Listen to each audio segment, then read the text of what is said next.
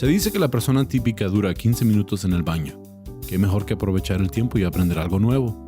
Les presento el podcast de solo 15 minutos sobre datos, detalles y pormenores cagados que podrás disfrutar mientras que... en cualquier rato libre. Bienvenidos a Está Cagado con Sam Butler. Bienvenidos a otro episodio de Está Cagado Podcast. Tengo una invitada muy especial, estandopera, aquí en Ciudad Juárez, también en Chihuahua, Aldama. Andas de gira por todo lo que es el estado de Chihuahua. ¿Otras ciudades que has visitado? Ciudad de México y Torreón. Sí, Torreón. Entonces, eres una de las comediantes, las chavas comediantes de aquí de Ciudad Juárez. Uy, me encantó eso, chavas. Chavas.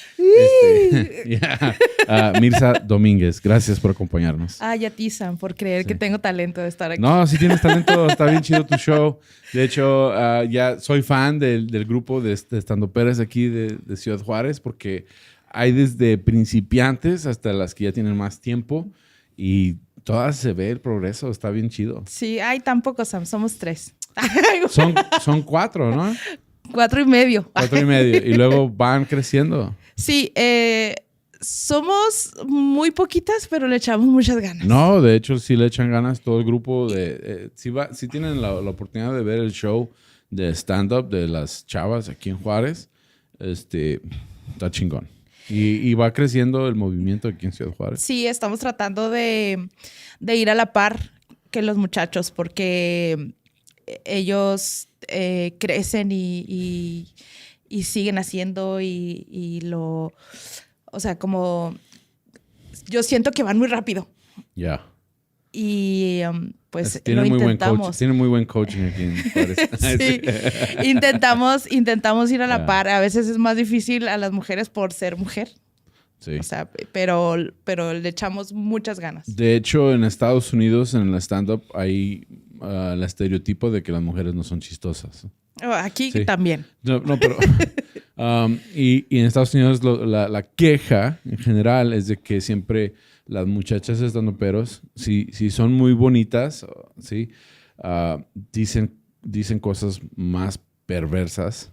Para poder dar risa. Sí, para dar risa. Entonces, o hablan de cosas muy obvias, como sexo, genitales, periodos. Ajá. Y hacen ese tipo de humor que en Estados Unidos especialmente se considera como un humor barato.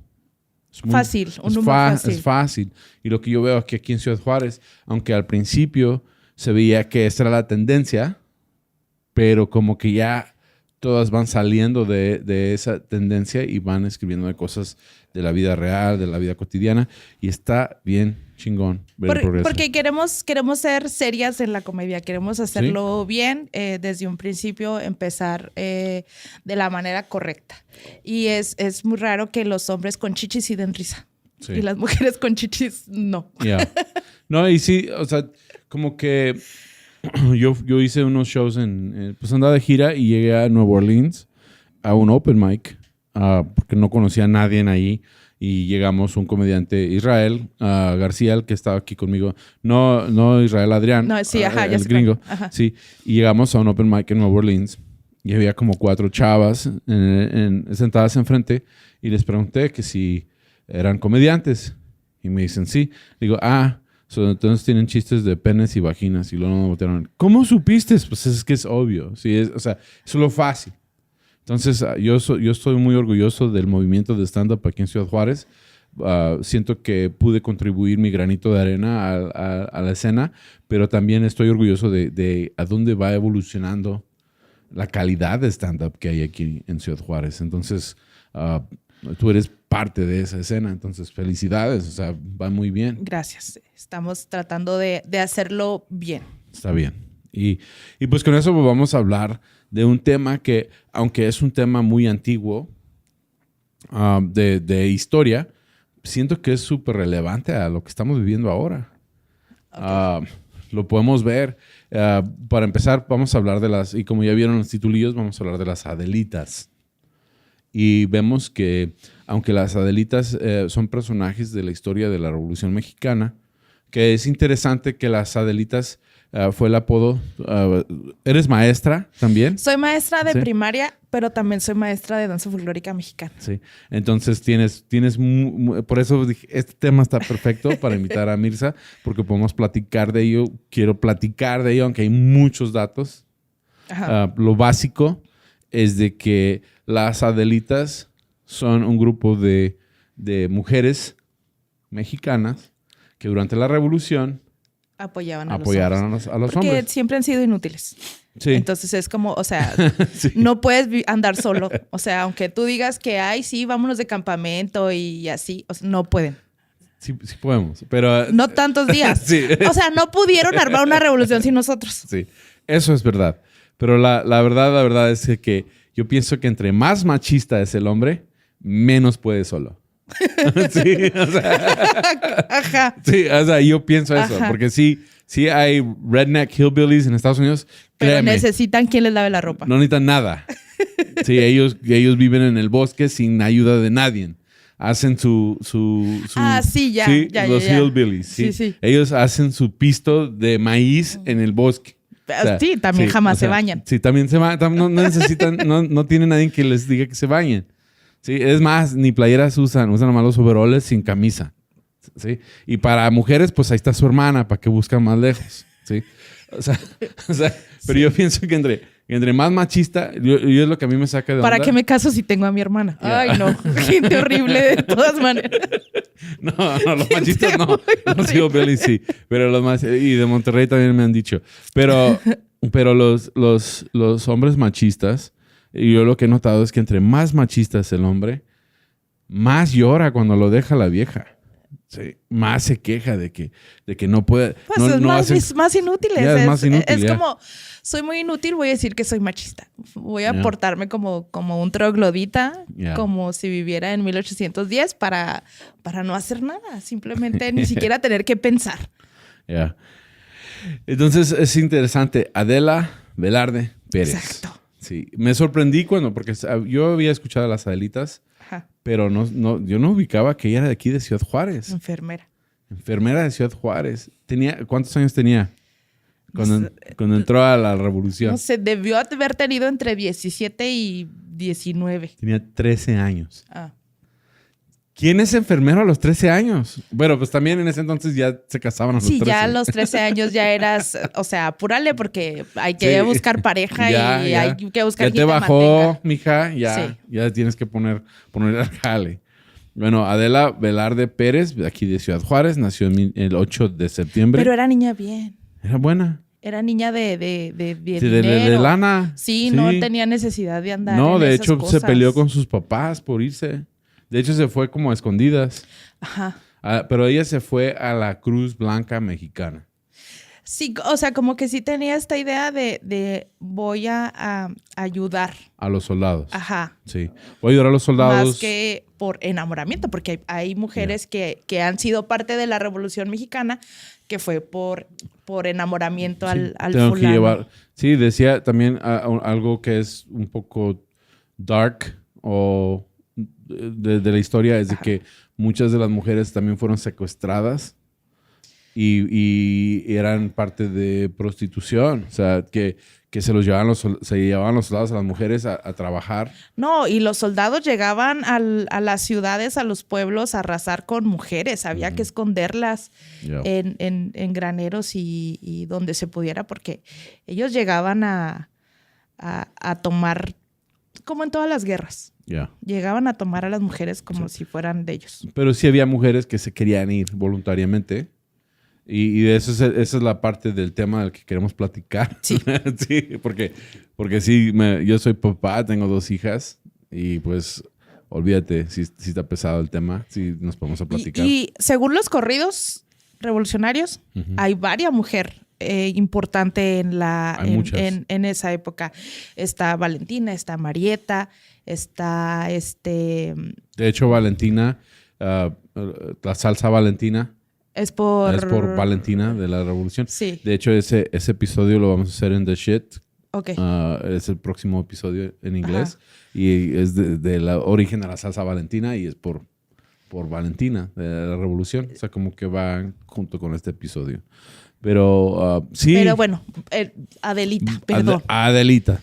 De hecho, Adelita dicen que, bueno, Adelita en 1913 se escapa de Ciudad Juárez. Sus papás son papás de dinero y de todas maneras ella escoge la revolución. Se me hace interesante que la revolución era como un movimiento chairo.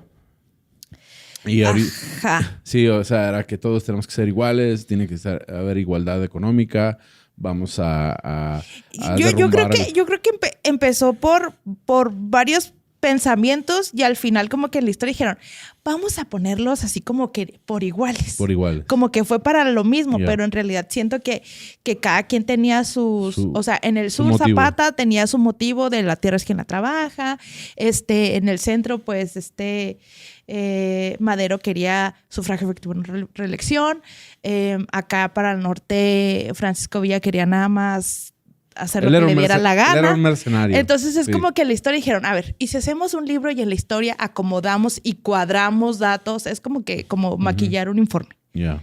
Sí, porque está muy confusa y yo sé que hay gente que sabe todo de la revolución y el punto del episodio no es tanto la revolución.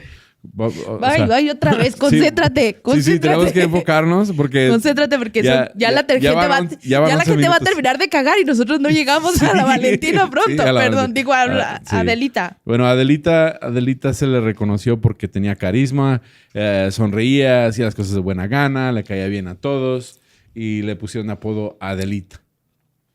Y después ella se une a las soldaderas. Sí. ¿Sí? Soldaderas. Sí. Quiero decir soldadoras porque soy soldador, pero son soldaderas. Sí. A las soldaderas. Y había una diferencia entre las soldadas y las soldaderas. Eso no sé qué es. Sí, al principio no permitían soldadas. De hecho, la Valentina fue soldada que tuvo que vestirse de hombre y pelear como hombre. Se le reconoce como la Mulan mexicana. Entonces la descubren y la echan del ejército. Y la familia también la rechaza porque se fue a pelear en el ejército. Ajá.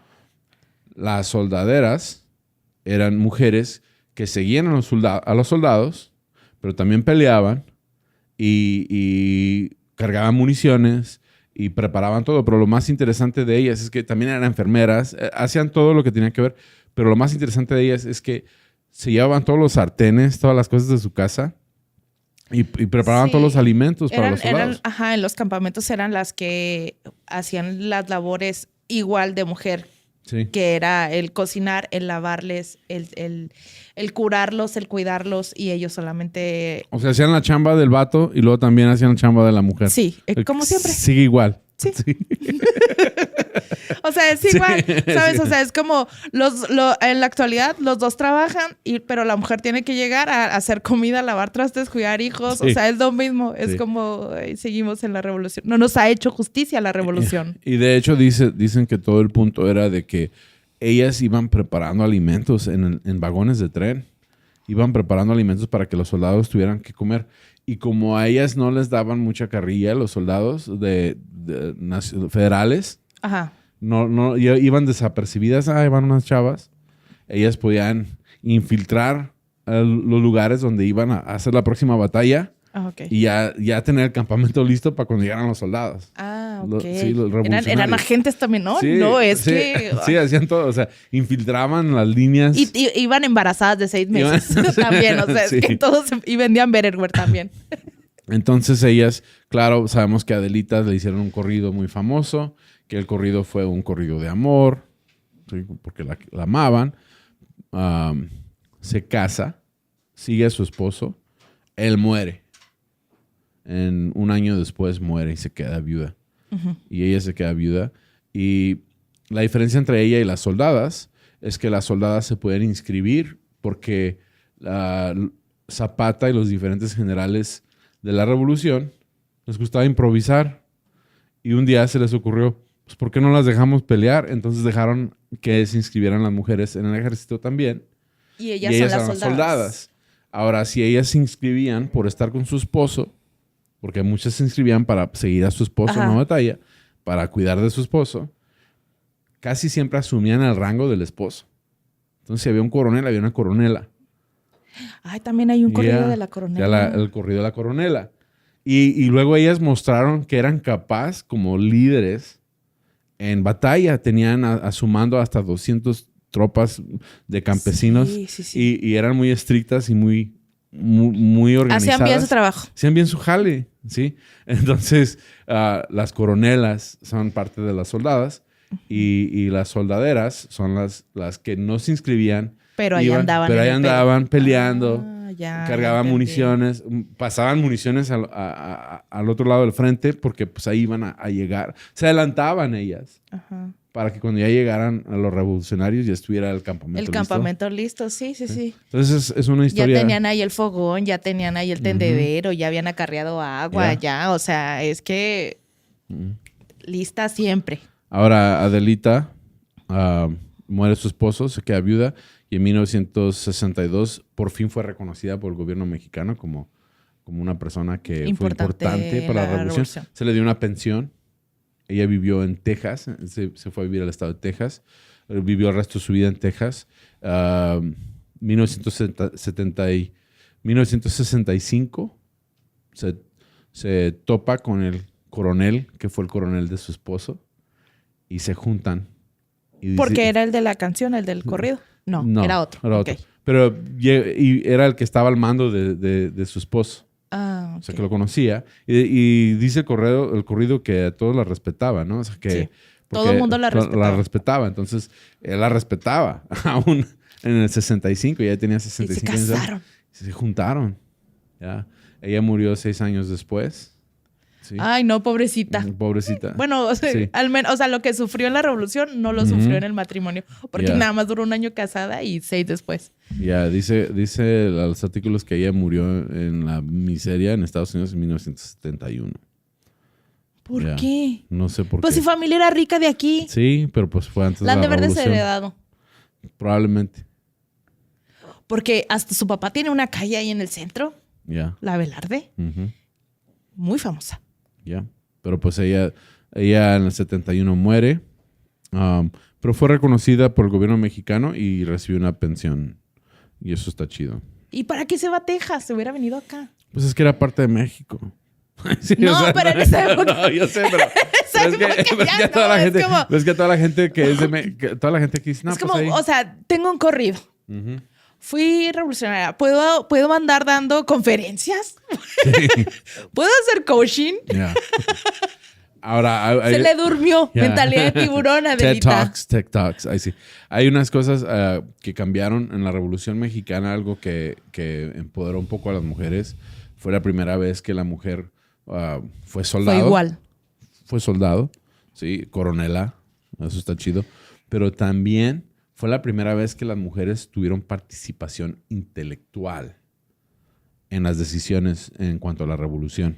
Por ejemplo, Juana Belén Gutiérrez Mendoza fue una periodista anarquista y ella daba a reconocer las fallas del porfiriato, ¿sí?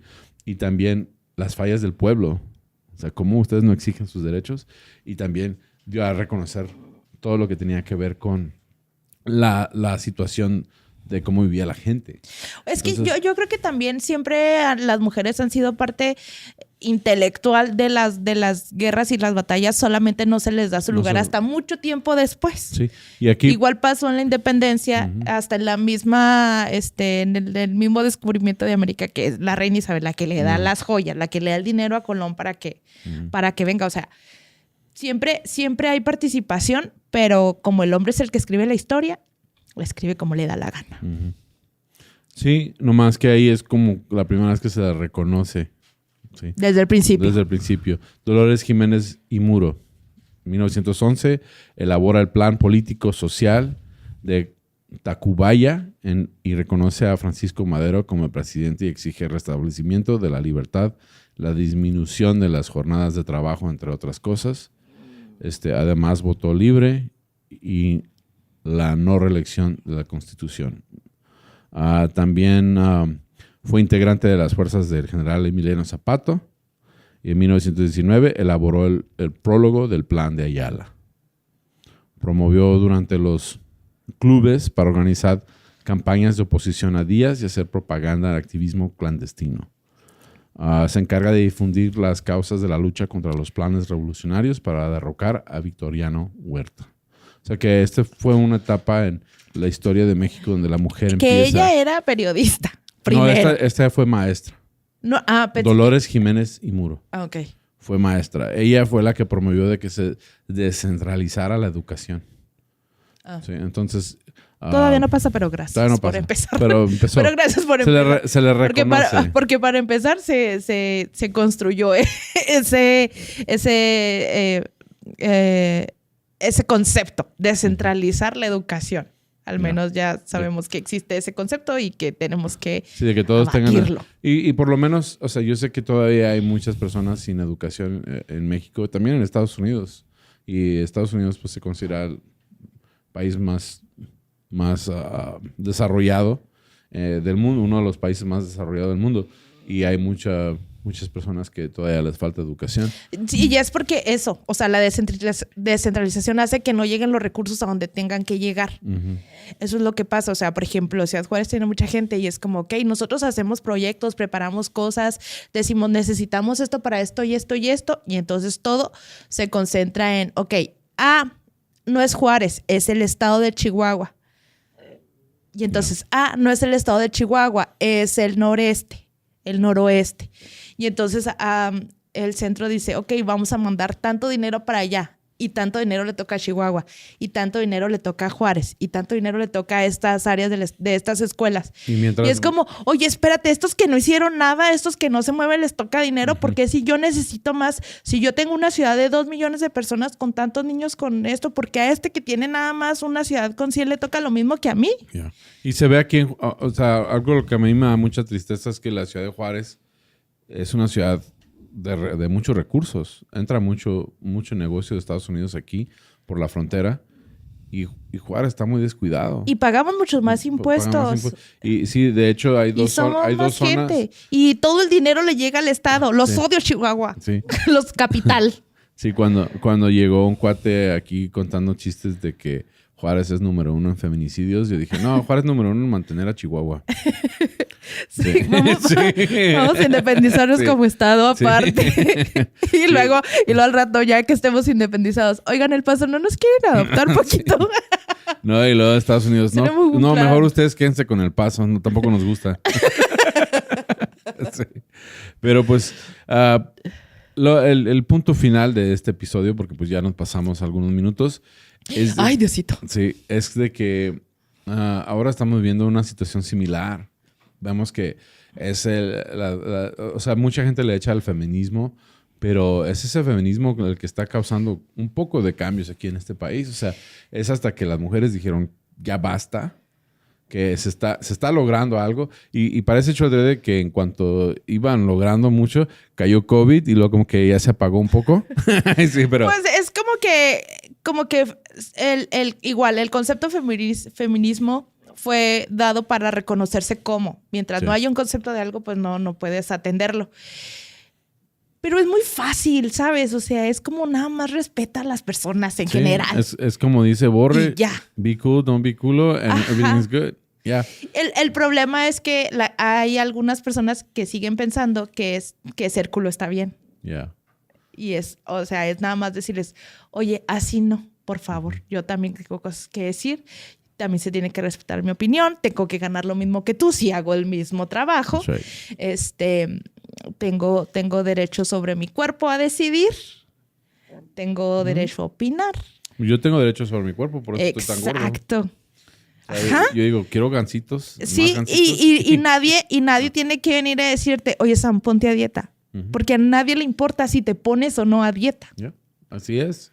Ahora, ahí es donde yo tengo que tomar decisiones y decir, tengo que ponerme a dieta porque esto no es saludable. Pero eres tú. Pero soy yo. Entonces, correcto. Yo si quiero abortar, yo quiero abortar. Yo estoy de acuerdo. O sea, yo tengo 2 hijas y yo no quisiera que mis hijas tuvieran que abortar nunca. O sea, como papá, pues pero tampoco quiero que se embaracen si no es tiempo de que se embaracen. Y menos que si alguien fuera a violar una de ellas, bueno, nos vamos al doctor el día siguiente porque, o sea, es una invasión de su su persona. El simplemente no estar preparada para tener y cuidar a un hijo es suficiente razón para decidir no tenerlo. Pero esa es decisión que yo respetaría en caso de mis hijas, aunque es algo que yo no deseo, de tener que estar en esa situación. Pero también veo todo el problema, la misoginia y todo el problema que existe contra la mujer. Y digo, pues ahora es tiempo de que... Y se ve que hay movimientos más y hay progreso. Y yo estoy contento de que ojalá con el tiempo eso cambie. Así como papá, como... Sí, les explicaba, no me acuerdo a quién le decía, es algo generacional. Uh-huh. Es algo que ahorita nos está costando trabajo. ¿Tu papá, tu mamá usaban cinturón de seguridad? No, ni yo, de niño. Ajá, entonces fue algo que fuimos aprendiendo con el tiempo, que fuimos concientizando, que fuimos poco a poco entendiendo, y ahora uno no se sube al carro si no se pone el cinturón. Y es lo mismo con el racismo. Es lo que platicamos en Estados Unidos, de que el racismo es generacional y poco a poco se va erradicando, aunque todavía existe mucho racismo. Y cuando hablo de racismo no estoy hablando de personas que se burlan por estereotipos, estoy hablando de que personas que te odian y te quieren matar porque eres de otra raza. Sí. Va a llegar el momento. A lo mejor no nos toca a nosotros, a lo mejor ni siquiera nos toca a nuestros hijos. A lo mejor les toca hasta la generación que sigue, que vivan en un lugar mejor, con respeto a las personas, con espacios seguros, a lo mejor con otra problemática y con otras situaciones. Es como, ok, el calentamiento global les va a tocar a ellos. O sea, yo voy a trabajar con el feminismo, ustedes encárguense del calentamiento global. Pero va a llegar. Sí, pues si vemos los chistes que se contaban hace 10 años a los que se cuentan ahora. Hace 3 años. En Estados Unidos ya tenemos rato de que hay ciertos chistes que no haces. Ahora ya estoy viendo que el cambio está en México también y eso está chido. Sí, pero pues, está bien. Pues se nos ha acabado el tiempo. Ya perdón por platicar media hora. Es que tú también tienes la culpa, Sam. Es que está chida la plática. Pero ahí seguimos, ahí hacemos otro episodio después y platicamos más en cuanto a cómo deben ser las cosas. Por lo pronto, gracias por acompañarme en el podcast. Y ustedes, pues, gracias por sintonizar con nosotros. Y eso es todo por este episodio de Está Cagado Podcast. ¿Cómo te encuentra la gente en redes sociales? Estoy como Mirza Domínguez en absolutamente todos los lugares. Twitter, Instagram, Facebook, YouTube. Facebook como 3 páginas de Facebook. Sí, en WhatsApp, Mirza Domínguez en todos lados. Está bien. Y pues a mí me encuentran como Está Cagado Podcast en plataformas de podcast y tu amigo Sam en YouTube, tu amigo Sam en todas las redes sociales. Gracias por acompañarnos en este episodio de Está Cagado Podcast y como dice Gabe, límpiense bien. Hasta la próxima.